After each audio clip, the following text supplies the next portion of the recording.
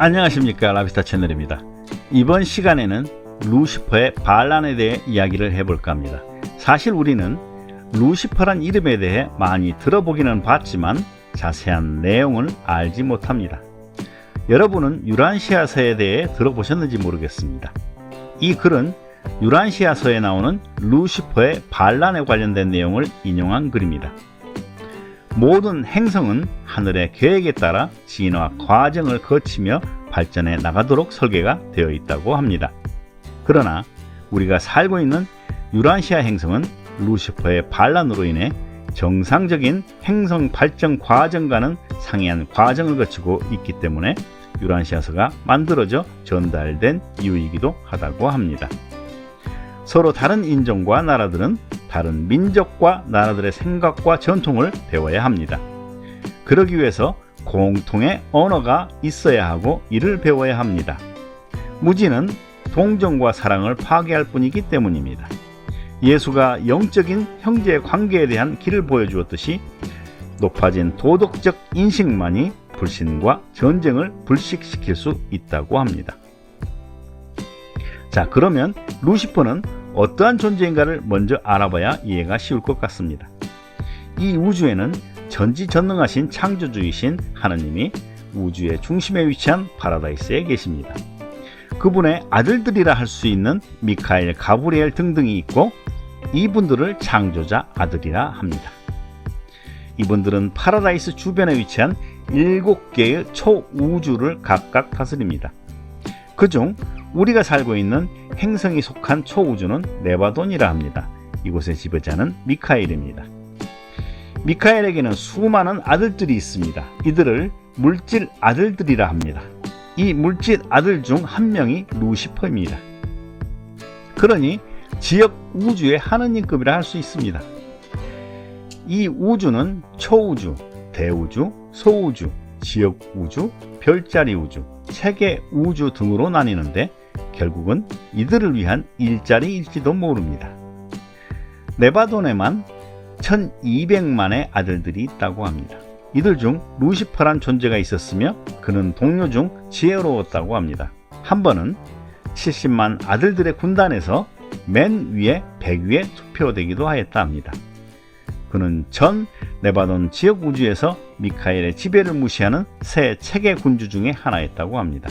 그는 인물을 무시하고 개인의 자유와 자신의 현명함의 이론을 발전시켰다고 합니다. 한마디로 말을 안 들었다는 얘기죠. 태양계의 행성 중에 하나인 유란시아의 행성 영주였던 갈라가스티아는 루시퍼의 추종자로 민간 전승의 악마로 불리워졌으며 루시퍼 최측근 부관의 이름은 사탄이었습니다. 이들의 신분 또한 물질 아들들이었다고 합니다. 우주 아버지의 대리인 자격으로 네바돈을 다스리던 미카엘의 권위를 무시하고 자유 선언을 한 시점은 지역 체계의 수도 에루셈을 50만 년 동안 다스려오던 시기였습니다. 그는 우주 통치 체계를 비평했고 새로운 철학이 체계나 혹은 전체 우주의 유익을 위해서 필요하다고 믿었으며 결국 자유선언을 발표하게 되었습니다. 우주 아버지는 아무도 본 적이 없으니 실제로 존재하지 않으며 단지 창조자 아들들이 자신의 권위와 힘을 유지하기 위해서 만들어낸 존재라고 주장하였습니다. 그는 그의 지역 체계는 독립하여야 하고 네바돈의 창조자 아들 미카엘은 소위 파라다이스 아버지에게서 오는 어떤 권위도 없으며 누구에게라도 그런 허망한 존재를 믿도록 기대할 권리도 없다고 주장하였다 합니다. 미카엘이 루시퍼 자신을 창조했는데 말입니다. 결국은 아버지 권력에서 독립하겠다는 말이죠.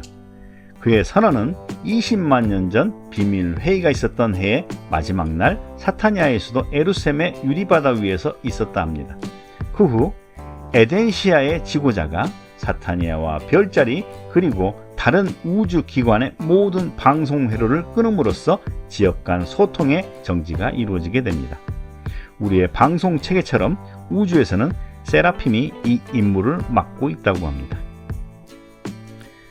사타니아에 거주하는 많은 계층 중에서 일부는 반란에 참여했고 일부는 지역 우주 행정부에 충성되게 남아 있었습니다. 그러나 통신을 담당한 천사의 한 계층의 손실은 지대했습니다. 2년 동안의 혼돈 후에 새로운 체계군주가 예루살렘의 유리바다에 나타나게 됩니다. 그의 이름은 라나포지라 합니다.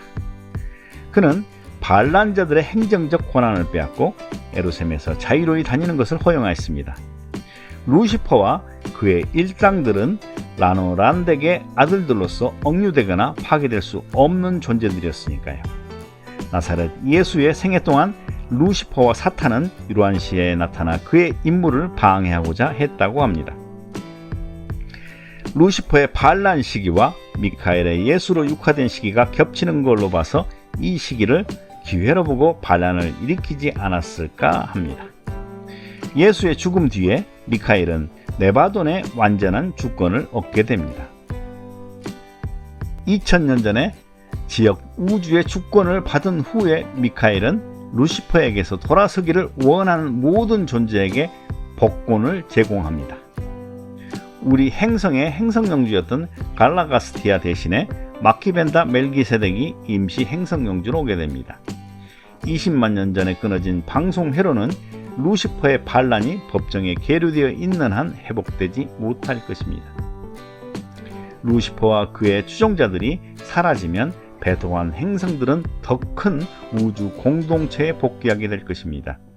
루시퍼 반란은 진실한 자유와 잘못된 자유를 선택하는 데 있어서의 어려움을 잘 보여주고 있습니다. 누구나 진정한 자유를 원합니다. 하지만 진정한 자유는 다른 사람들에 대한 정의와 공정함 그리고 형제애에 기초하여야 합니다. 루시퍼의 잘못은 할 수 없는 것을 시도하고 시간을 되돌리려 했고 우주 아버지의 경험적이고 진화적인 계획에 대항한 것입니다. 중앙 행정 체계를 흔들고 그 체계를 고립시킴으로써 루시퍼는 그 체계 안의 의지 창조체가 자신의 자유 의지로 신성한 계획을 따라갈 자유를 빼앗고 자신을 성장시키고 거주하는 지역 체계의 운명을 창조하고자 하는 집단적 노력을 방해하였습니다. 창조주 아버지 미카엘은 다시 우주 질서 가운데로 돌아올 수 있을지도 모르는 자기 아들을 파괴하고 싶지 않을 것입니다. 그러한 이야기가 예수 자신이 말한 돌아온 탕자의 비유에 나오는 도덕입니다. 잘못을 범한 자들의 선고와 처벌에서 지연은 시간과 공간의 거주자들에 대한 아들의 자비의 한 측면이라 합니다. 루시퍼의 처벌이 아직도 진행 중이란 점이 의아할 수도 있지만 시간에 대한 인식은 지극히 상대적이라서 유란시아 시간으로 10만 년의 시간은 초우주 유보사에서는 몇 초에 불과하게 여겨질 수도 있습니다. 감사합니다.